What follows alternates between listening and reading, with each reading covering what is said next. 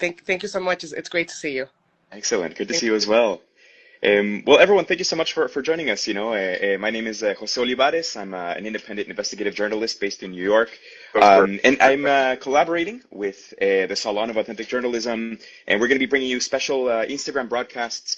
This is our inaugural episode, and we're very glad you are all with us today. So during these broadcasts, what we're going to be doing is we're going to be speaking with journalists and social movement leaders from around the world. The guests joining us are going to give us the on-the-ground and valuable insight into what is happening related to the social movements and their reporting in their respective trenches, you could say. And so today for our first broadcast, we are going to Chicago. So since January, the Trump administration has been escalating its attacks on immigrant communities nationwide. We're seeing thousands of arrests take place throughout the country, a really dramatic escalation in the immigration enforcement world. And in recent months, Chicago has become one of the major cities in the crosshairs of the Trump administration, with immigration officials rounding up people, arresting people, arresting both immigrants and citizens as well as part of their operations.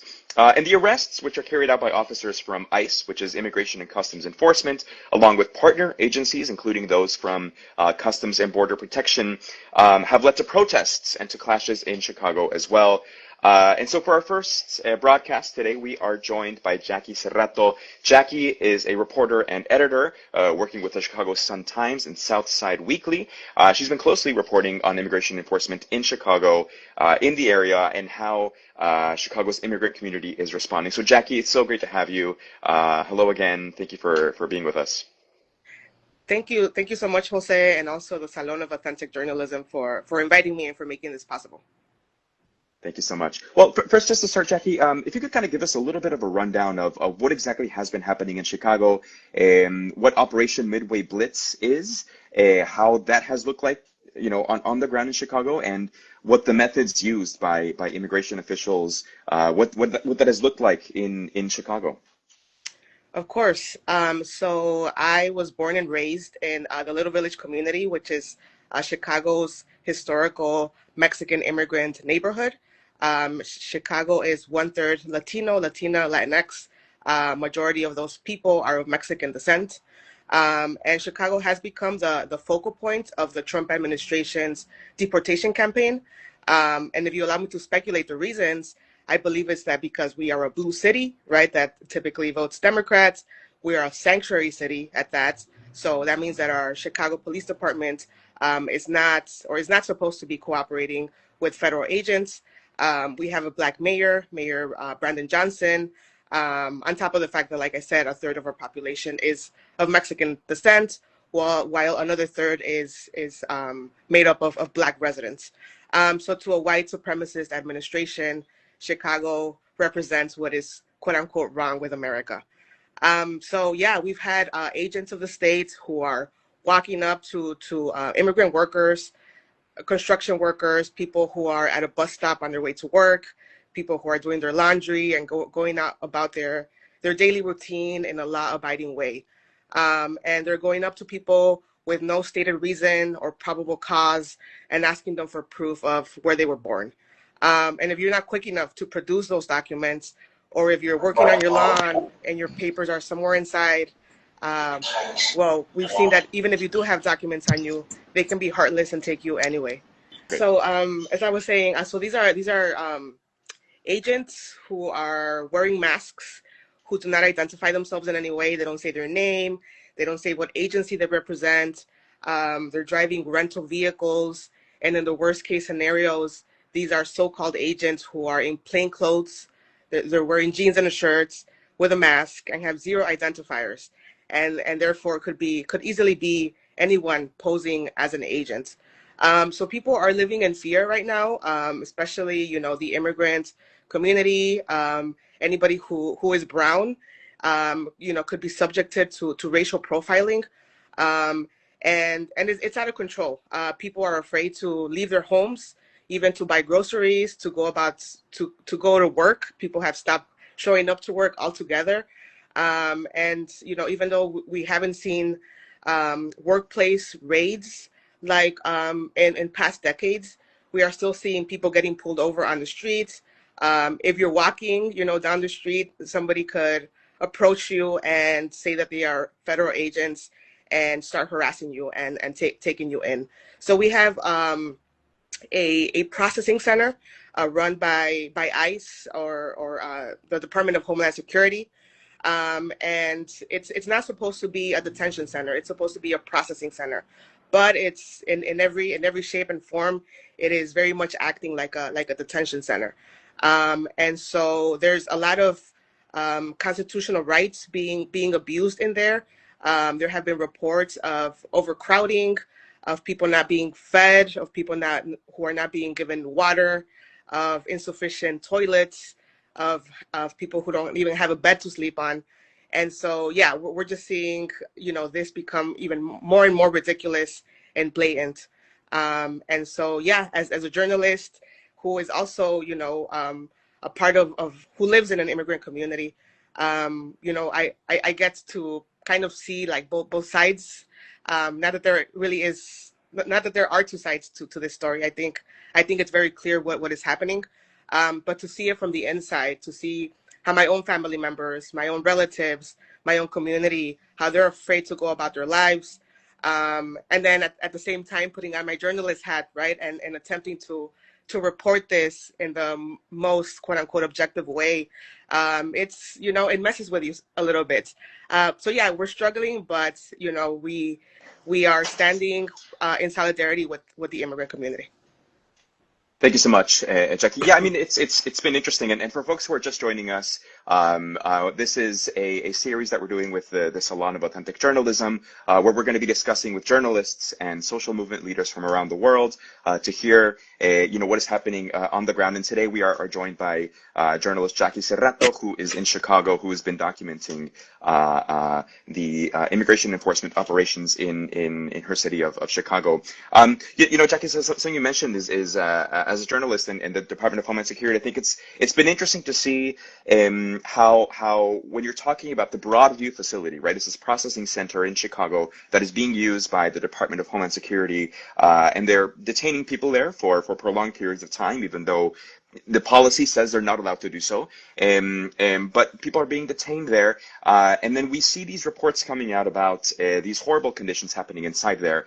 And then in response, we see the Trump administration and DHS officials going onto social media and saying, oh, this is all fake news, this is all ridiculous, and discrediting journalists in this way. So, Jackie, as a journalist, from your perspective, can you tell us a little bit about the importance of doing this type of reporting in Chicago during this time with the attacks that we're seeing by the Trump administration and the Department of Homeland Security?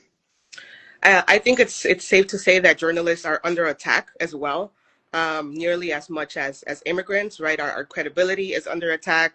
Also our physical safety, is under attack. There have been multiple cases just in Chicago alone where people who are clearly documenting and reporting on a situation are getting tackled and subjected to violence or detention. We have reporters on the ground who are gaslighted by these agents just because there is no respect whatsoever or any sense of accountability. And of course, there are journalists, especially photojournalists, who are being tear gassed when there are confrontations between agents and activists and the community. And because of the Department of Homeland Security, they almost never confirm or deny who they've picked up. It's not even clear if they're even keeping proper track of who is in their custody, right? It really does fall on the journalists to do the investigative work, to photograph confrontations, in some cases to file lawsuits because they're not being allowed to do their job or they're being denied their requests for information.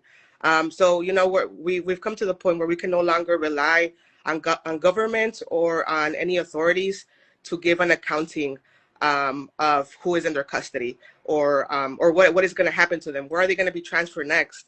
Are they going to be deported or not? Like they literally feel like they have no responsibility to provide this type of information.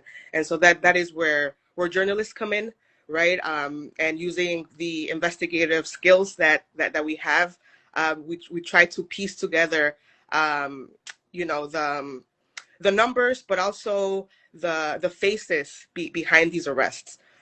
We try to reach out to the families of those who are detained. We try to piece together what their life looked like before they were picked up and deported. And in the great majority of cases, these are working people. These are people of Mexican descent who were picked up while they were doing a landscaping job, or they were roofers, you know, on the roof of a house that they were fixing, or people coming out of their factory job, right? So it's very clear that these folks are approached with with very little information on who they are, and that they are being stereotyped, profiled, and they are basically assumed to be guilty, yeah, without given any chance to prove their innocence. Yeah, thank you, Jackie. And then just for folks who are watching, if you have any questions or any comments that you'd like to share, please feel free and comment those. We'll gladly ask those questions from Jackie. And yeah, you know, we're discussing this the immigration enforcement operations in Chicago with journalist Jackie Serrato. So Jackie, you know, what's interesting is that, you know, attacks on immigrant communities are not unique to the Trump administration. Obviously, I think the intensity and the escalation of it that we've been seeing these past few months is unique. I think it is something that is it has been a qualitative leap by the Trump administration to engage in such aggressive immigration enforcement operations. But ICE has existed since the early 2000s. We've seen these immigration enforcement operations for years under not just Republican administrations, but also Democratic administrations as well. So, Jack, I'm curious to hear your thoughts as somebody who not only is a journalist in Chicago, but also someone who is from Chicago's immigrant community. Historically, how has the collaboration and the coordination and the work looked like between journalists and the immigrant communities that you work with, that you live with? What does that coordination, collaboration look like historically, and what does it look like now under the Trump administration? I think historically there hasn't been a lot of collaboration between the immigrant community and journalists, mainly because, you know, the journalism field is not fully representative of these communities. You know, we're seeing things change now in recent years, but in the past Trump administration or administrations past, we haven't really seen a lot of, like, say, Latina reporters, a lot of immigrants reporters. So there's been, I think, a historical disconnect between the media and the immigrant community.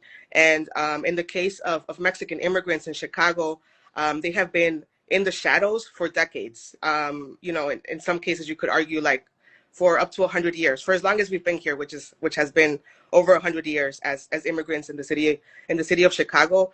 I guess the only media that you could sometimes consider your ally would be the Spanish speaking television stations. But even then, historically, they haven't always gotten the story right. And sometimes they run with the version of law enforcement that is given to them. But this time around, there seems to be a lot more cooperation, or at least more conversation between immigrants and journalists. And I think part of the reason is that it has become extremely obvious that, you know, this administration is you know, is determined to break the law, or to not follow any professional or law enforcement protocols. Right, now that journalists are seeing their own rights being violated, I think it's undeniable that, you know, there are constitutional abuses and human rights abuses that are happening before our eyes. And so also with the rapid response groups, there are activists who are getting organized and putting together groups, you know, by neighborhood or by community, where they respond as soon as they hear of an ICE interaction or an ICE detainment happening in their community. They will run out, start filming, start you know, blowing their whistles. They start making noise, right? And then thanks to these activists, who in many cases are the first ones on the ground when there is a nice interaction, a lot of these activists do provide their own documentation to journalists. And so as journalists, we take, not only do we appreciate that information, that intelligence being shared with us, but then we take that information and we go and we report out the story. It helps our own reporting. So there's a lot more collaboration, which in my own experience we have not seen before. But I think the constitutional and human rights abuses are just so ridiculous that we've had no other option but to work together. Yeah, absolutely. Thank you, Jackie. And for folks who are just joining us, we're collaborating with the Salon of Authentic Journalism, and we're having conversations with activists and journalists from around the world, telling us what is happening on the ground where they live and where they are working. Today we are joined by Chicago-based journalist Jackie Serrato. And if you have any questions about what has been happening in Chicago with the increased immigration enforcement operations by the Trump administration, please feel free and put those in the comments, and we can ask Jackie. But Jackie, just my final question before we open it up to other folks is I mean, from your experience, having worked in this field, you have a very extensive experience working as a journalist in Chicago with immigrant communities. In your perspective, how can journalists further collaborate with immigrant communities during this time, not just to help people, help keep people safe from immigration enforcement operations, but also to report on these issues respectfully, and also to avoid, just falling down and just following what the Trump administration is saying and kind of falling into their propaganda game. What are your thoughts? How can journalists do this work better from your opinion? I think that journalists need to show up. They need to build these relationships in the long term. I think a lot of marginalized communities are tired, are distrustful of journalists who kind of just like parachute into their neighborhood when some crisis is happening, when some tragedy is happening, and it feels very extractive, right? But I think if journalists take the time to not just get to know the community, get to learn the history of the community, but actually develop relationships, professional relationships with people in the community, I think that will help build trust between with the immigrant community. So it's a long game. I think journalists are no longer in the position where they can just arrive and extract the story and leave and never be seen again. And so right now that we're seeing a lot of cooperation between journalists and organizers, I think this is going to help that relationship and will hopefully increase the level of trust from immigrants towards journalists. Because, we see the misinformation. We see that sometimes our stories are not told. And this is something that, journalists should have been working on for years, for decades at this point, right? But again, there's that question of lack of representation. There's this question of, or this concept of objectivity, right? That supposedly we're supposed to give everyone the same platform, when we know that the immigrant community has been in the shadows, has been disenfranchised for the longest, has been marginalized. So there's clearly an imbalance of power, right? So journalists should be making power analysis and should understand their privilege, as it relates to the immigrant community. And yeah, it's something that's building a relationship of trust with the community is something that takes years. And for someone like me, I'm very thankful that I do have the trust of community organizers. And so oftentimes that leads to me getting footage or getting news tips, before mainstream media does. And that's because I've worked along the years to tell the stories that are not usually told, on TV or the newspapers. That's great, Jackie. And I think it's important also just to have from my experience as well, reporting on immigration enforcement, is also having a sense of understanding of the language, understanding cultural sensitivities, understanding Yeah. a lot of these issues that I think some of these parachute journalists that you mentioned don't necessarily have. They don't understand the community, they don't understand how things work in particular cities, they don't understand the broader culture within which the immigrant community lives in. And so I think it's it's absolutely brilliant what you just said, Jackie. Yeah, Thank absolutely. you. hmm Yeah, thank you. I do think that there is hope on the judicial front, at least. It has felt that the courts have been dragging their feet to even acknowledge that these abuses are taking place, much less doing anything to hold federal agencies accountable.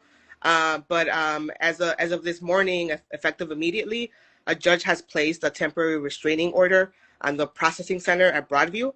And this was after there were reports of extremely crowded conditions, of overflowing toilets, of no adequate separation between the genders, of people not having access to their medicines. So a lot of this stuff is coming out into the public, into the light, where even judges cannot deny the existence of these conditions.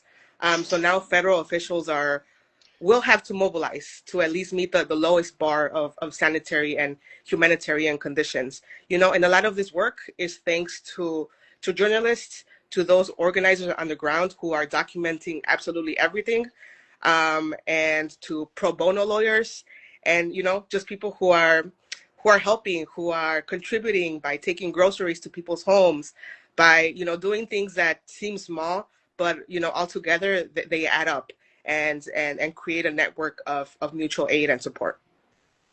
Excellent. Yeah, thank you so much, Jackie. That's fascinating. We have a comment from Sandra Munoz who says, "What an honor to see this interview live." So I agree. Thank you, Jackie, for being with us. And then we have a question here from Gato57 who's asking, "What would you say to someone who says that journalists need to be objective and not take a stand?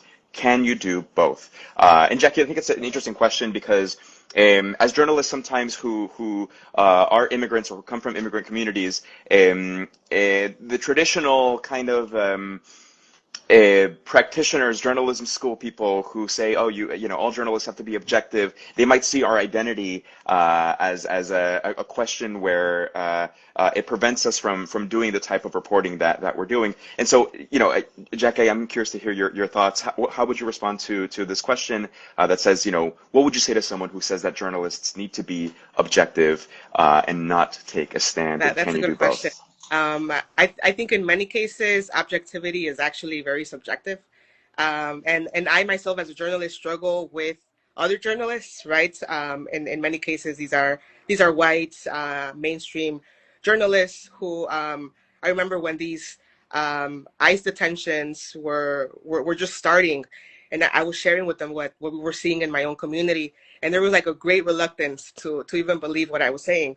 And it's like I almost took it offensively, like, don't you believe me? I thought, I thought we were coworkers. I thought, I thought that I had credibility in your eyes, right? So I don't think we need to be led by our identities necessarily, right? I do think it's important as journalists to also act as observers, to be able to step back, see, quote unquote, all the sides of the story. But at the end of the day, as journalists, we do operate under a set of values, and that includes truth, that includes respect for people's human rights, respect for people's constitutional rights.